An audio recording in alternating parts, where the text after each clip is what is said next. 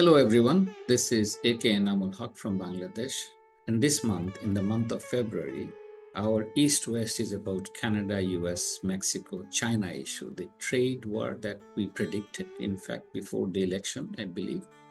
And the discussion we had that this will be almost like a major challenge for Canada and other countries. It is a reality now. The Trump administration has already announced 25% tariff on Canadian goods and Mexican goods coming into the United States. And also that's about almost $2 billion worth of commodities, if I remember well. And there are 10% tariffs on petroleum products, if I think this situation is. So this particular tariff is about protecting U.S. market against neighbors. Mind you that Canada and Mexico and United States has a free trade agreement. And the last time when Trump came into power, they renegotiated so that there can be free trade and the neighborhood agreement prevail. This time when Trump came, it was in his own election manifesto that he wanted this to be changed. So they have announced it. In retaliation, the Canadian and the Mexican both head of the government, Canadian Prime Minister has mentioned that they're going to retaliate it against United States products that are exported to Canada, or in other words, Canadian imports from United States worth of $155 billion. And they are going to start with 25% tariff on many of the products. In addition, if I remember well, that Canadian government also imposed some quantity restrictions on key inputs like nickel and others, and that will be also imposed on export to United States. Now, to sum up, this situation is not going to be something good. It is America first policy, and that's what it is. It's also going to change the global trade balance. In other words, Canada, which is significantly dependent on its export to United States, is now going to find it, I believe, hard to find out what to do with it. And the Canadian Prime Minister has pleaded to his own nationals that there will be hard time and they have to prepare themselves for it. He has also asked Canadians to buy Canadian-made products. In a way, it's again a Canada first type of policy coming up. With these changes, the global trade and the global world is going to face a significant challenge ahead. Trump has also mentioned that Europe will also face similar trade tariff issue. So with that, I thought that we should be hearing from Phil, our good friend from Canada, and see the feeling from the Canadian perspective. How do they feel about it, about the Prime Minister's plea on this retaliation and his plea to protect Canadian interests? Phil. Well, thank you very much, Enamul. I do appreciate it. Philip Shaw coming to you from Dresden, Ontario, Canada, for this month's February East-West. And yes, the imposition of tariffs on Canada, Mexico, and China, coming up on Tuesday, it's supposed to take effect. It is something that we're hoping to avoid in Canada on this side of the world from the United States. Now, keep in mind, this is more has to do with President Trump and his affinity for the word tariff and what has happened. He has said for weeks now that there is migrants pouring across the Canadian border, as well as the fentanyl drug, opioids pouring across the border, and that we have to stop that. And he said the same thing for the southern border. Even though Mexico and Canada has nothing to do with Americans taking fentanyl, that's what he said. And if we don't do that, then he's going to put these punitive tariffs on.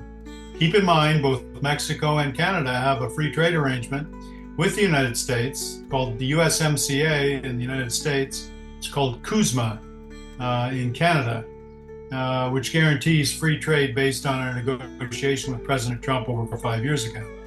And that's supposed to be renegotiated in 2026. Now, I know I come to it from a Canadian bias, But that's been fractured now that President Trump has said he's going to put tariffs on Tuesday. And so it really wasn't an economic, there was a non-economic excuse for putting economic sanctions on America's biggest trading partner, this fentanyl and this migrant issue. And Amel will tell you he's been on the Canadian border enough in January and February to know that it's frozen and there's a lot of moose and trees.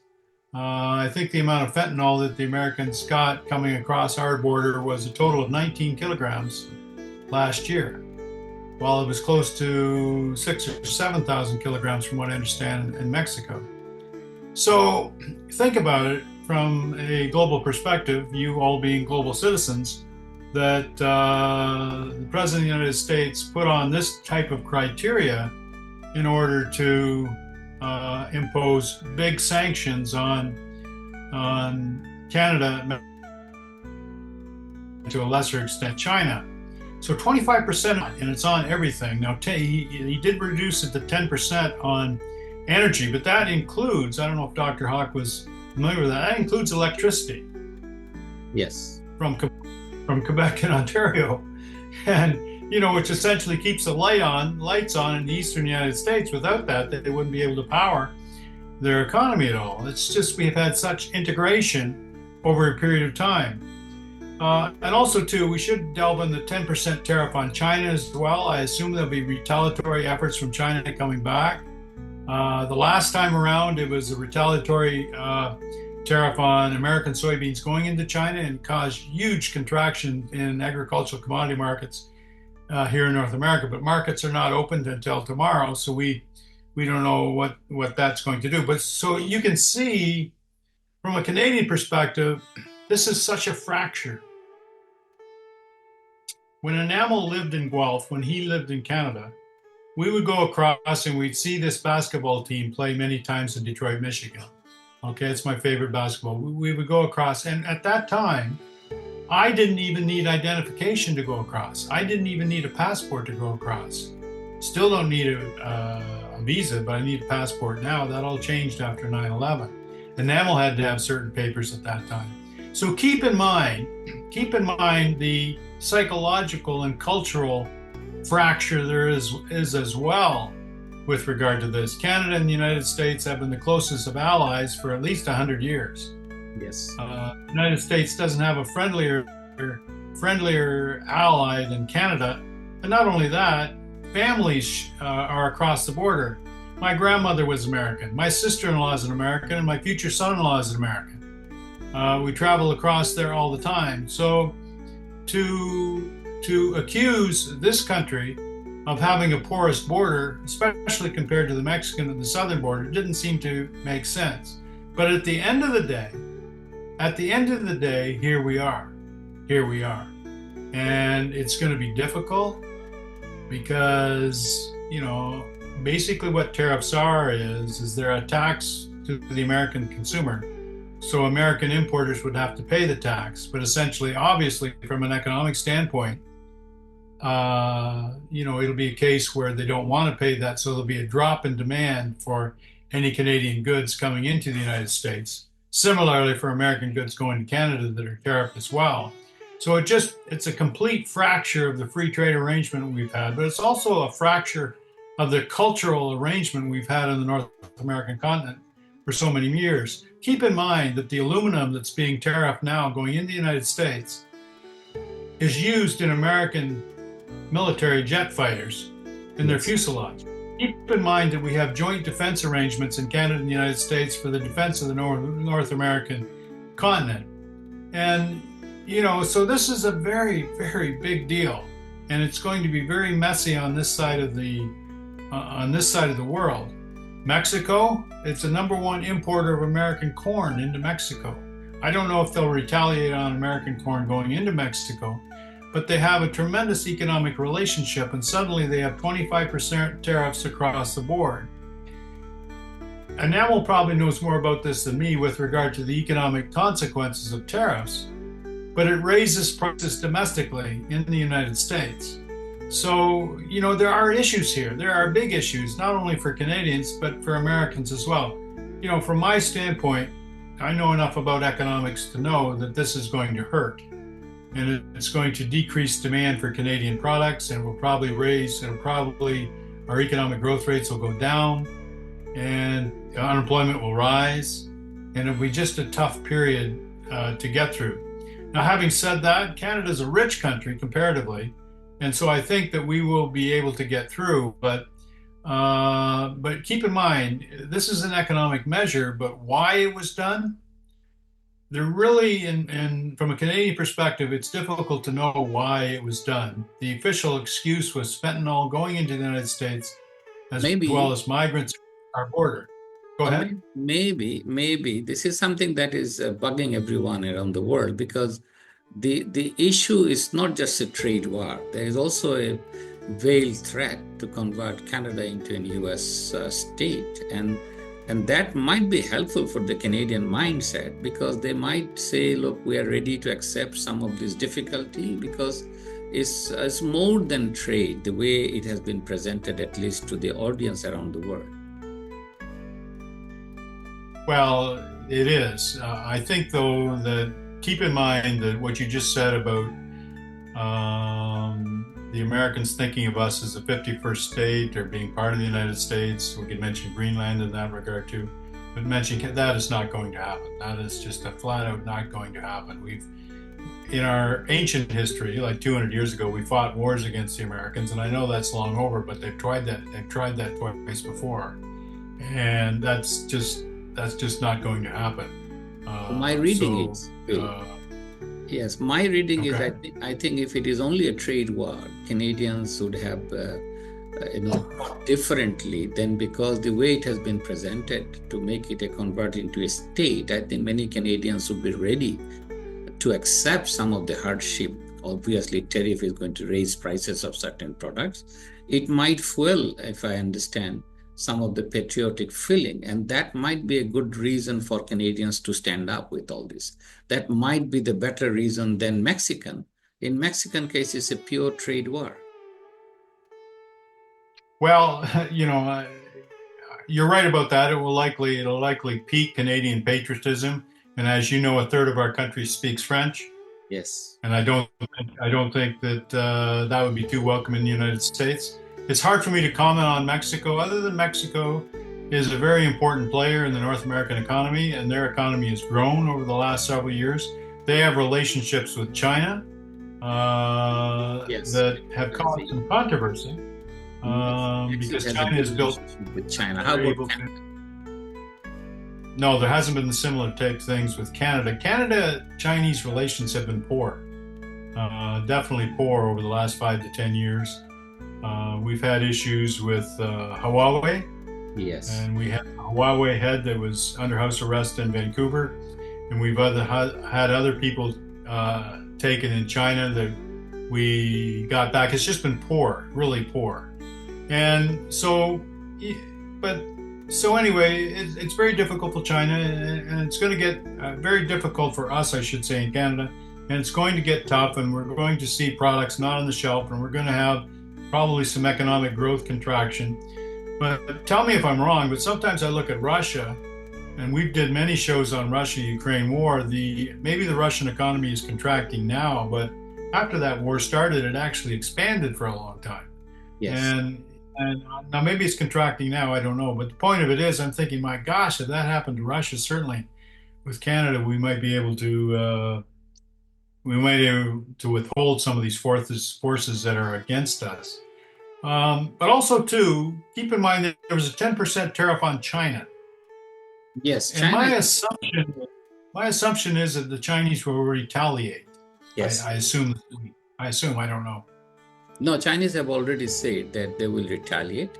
They have not announced anything yet, but they are going to retaliate. So what I see overall, if I look back, the Canada-US, as I mentioned also before, is one of the best friendship they had. These two countries, if I remember, crossing the border, you had mentioned that many Canadians also used to go to, on the American side, even to buy groceries because things were cheaper on the other side of the border. Many Canadians also travel to US for treatment and also for fun. I remember today the Prime Minister said the Canadians should stay within the country for traveling on the summer. So in a way, it's a patriotism on the rise. That's what I see it. But I can also see that Canada is going to find other markets, and that should be the strategy. Because one example that has been played is that if you look at LNG market, Canada did not want to play with that game, whereas US did start sending a lot of LNG or exporting a lot of LNG to Europe. So I think there are strategies to be played eventually. But I don't think this was expected. I don't think with such a small amount of fentanyl moving across the border is an issue. I always amused by the word of artificial border between Canada and US that President Trump has always mentioned. This, the 47 line, I think, is 47-degree line. There's something like this. 49 parallel. 49-degree line. So he was always saying that this is an artificial line. So he always thought this is a one country, one territory. And living in Canada, I believe that it is not true. There is always a difference between countries. And Canada being French-speaking in 1/3 of the country, and Quebec being such an independent state, almost like an independent province, I think it will be difficult. I'm not sure whether the President Trump understood it or whether he's making fun of the whole thing. He has mentioned Prime Minister of Canada as a Governor Trudeau several times in public, which is an insult, I believe. But that's what we are expecting from the US government at the moment. And I think the whole world should be ready for such bullying. But keep in mind that, yes, we have to maybe differentiate our trade, Canadian trade, but keep in mind, you know what it's like here. I'm sitting about 17 kilometers from the US border here. Yes. I'm sitting about 100 kilometers from the biggest automotive manufacturing in the United States. So it's easy. We've always been, geography has put us in a nice place. It's much easier to trade with the richest, biggest economy in the world than go out and look elsewhere. It's just like, for instance, could you imagine Bangladesh deciding they maybe better not trade with India? It doesn't really make a lot of sense. Even though you've looked east and trading with China and things like that, you've had similar type, in a way, problems. But you're surrounded by India, so just trading with India makes sense, right? Yeah. And a similar thing here. But the other thing I'd like to say is this is not over from an American perspective. No. Mr. Trump has said he's going to tariff the EU as well. Yes. And who knows what he'll do for the beneficial rules they have for textiles in Bangladesh. I don't know, right? Like, this is something that he has said he's going to tariff the EU. And you got to wonder how this is going to, it shouldn't be good for the global economy. No, that's what I mentioned. There will be a lot of bullying around, and the whole world should be prepared how to deal with it, because obviously Trump has his own agenda. Being a biggest economy in the world, one of the biggest economy, they will play their card, which is not surprising. But nobody expected the global leader like United States, the leader of the free world, to behave like this. I think that is, to me, as a surprise.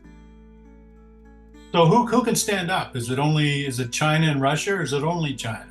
I don't know. I really don't know. From a Canadian perspective, we can do what we do, but it's pretty hard.